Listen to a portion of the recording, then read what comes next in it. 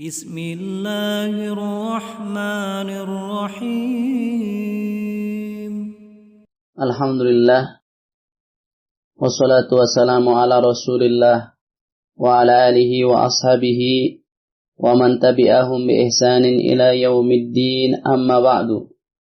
Ikhwah sekalian yang dimuliakan oleh Allah Rabbul Alamin, pada kesempatan pagi hari ini saya akan sampaikan materi secara khusus hal-hal yang berkaitan dengan bulan Rajab.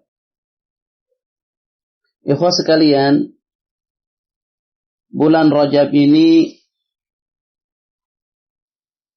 termasuk bulan-bulan haram, yakni bulan-bulan yang terlarang berperang di bulan tersebut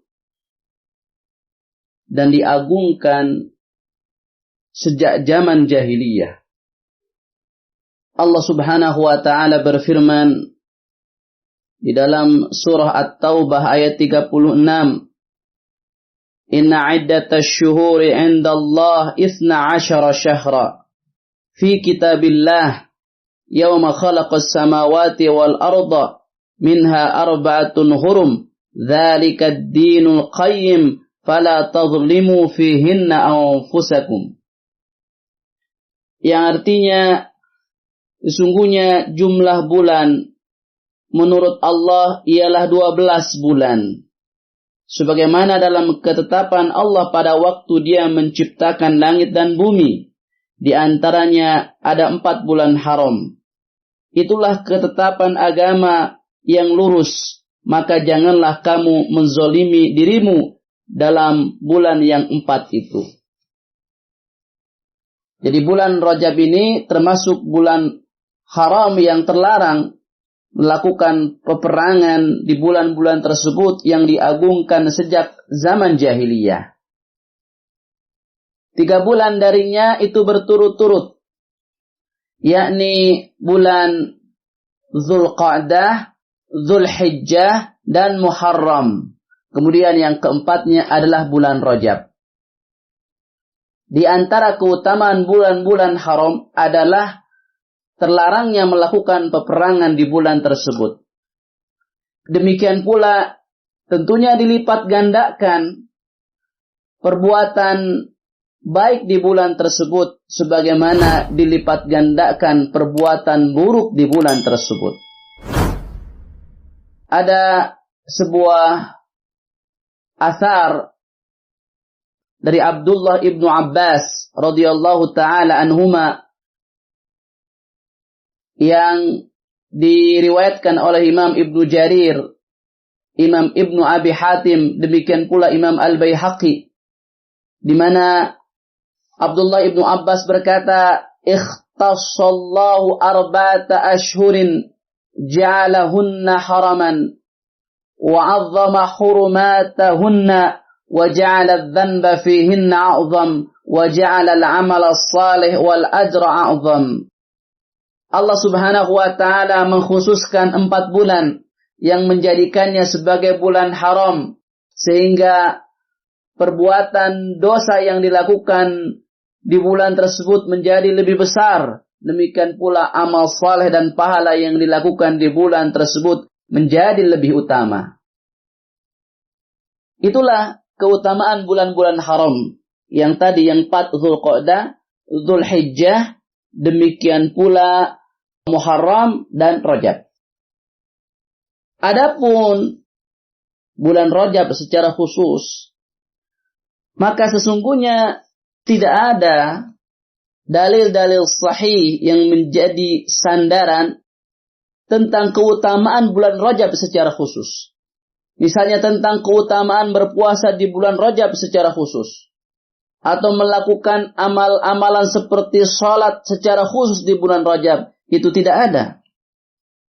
Sebagaimana yang disebutkan oleh para ulama, misalnya Imam Ibnul Qayyim dalam kitabnya Al-Manarul Munif,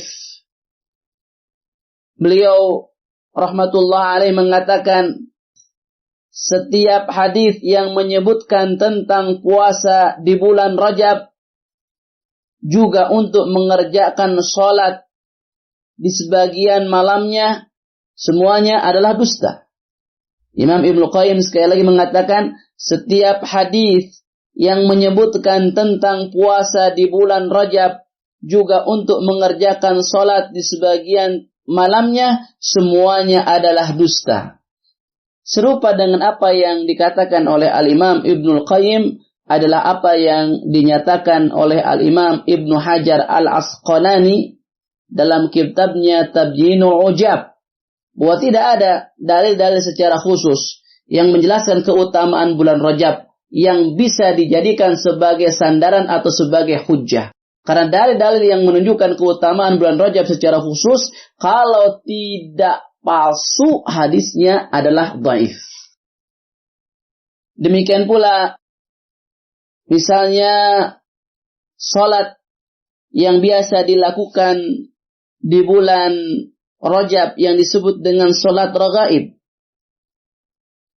maka itu dalilnya tidak bisa dijadikan sebagai sandaran. Asal dari pensyariatan sholat raghaib adalah sebuah riwayat dari sahabat Anas bin Malik radhiyallahu anhu yang dibawakan oleh Imam Al-Ghazali dalam kitabnya Ihya Ulumuddin, dan beliau menamainya dengan sholat Rajab seraya berkata, ini adalah sholat yang disunnahkan. Demikianlah perkataan Imam Al-Ghazali, semoga Allah memaafkan kesalahannya. Padahal para ulama ahli hadis telah sepakat bahwa hadis-hadis tentang sholat raghaib adalah maudhu atau palsu. Misalnya yang dikatakan oleh Imam Ibnu Jauzi dalam kitabnya Al-Mawdu'at, atau kitab yang membahas tentang hadis-hadis palsu. Beliau mengatakan ini maksudnya hadis sholat raghaib adalah palsu, didustakan atas nama Rasulullah sallallahu alaihi wasallam. Para ulama mengatakan hadis ini dibuat-buat oleh seseorang yang bernama Ibnu Juhaim, dan saya mendengar syekh atau guru kami Abdul Wahhab Al-Hafidh berkata, para perawinya majhul, tidak dikenal. Aku telah memeriksa seluruhnya dalam setiap kitab, namun aku tidak mendapatinya. Tidak ada hadis yang seperti itu. Syekhul Islam Ibnu Taimiyah dalam kitabnya Majmu'ul Fatawa, beliau mengatakan, sholat raghaib adalah bid'ah menurut kesepakatan para imam agama ini. Tidak disunnahkan oleh Rasulullah sallallahu alaihi wasallam, tidak pula oleh seorang pun dari para khalifahnya, serta tidak dianggap baik oleh para ulama panutan seperti Imam Malik, Imam Syafi'i, Imam Ahmad, Imam Abu Hanifah, Sufyan Ats-Tsauri, Imam Al-Auza'i, Al-Laits dan sebagainya. Adapun hadis tentang salat raghaib tersebut adalah hadis dusta menurut kesepakatan para pakar hadis. Inilah sebagian perkara yang berkaitan dengan masalah Rajab. Jadi kesimpulannya, bulan Rajab itu keistimewaannya hanya sebatas ia merupakan bulan-bulan haram. Sebagaimana yang Allah Subhanahu wa taala firmankan dalam surah At-Taubah ayat 36. Ia seperti bulan Dzulqa'dah, Dzulhijjah, dan Muharram dari sisi bahwa bulan Rajab merupakan bulan-bulan haram.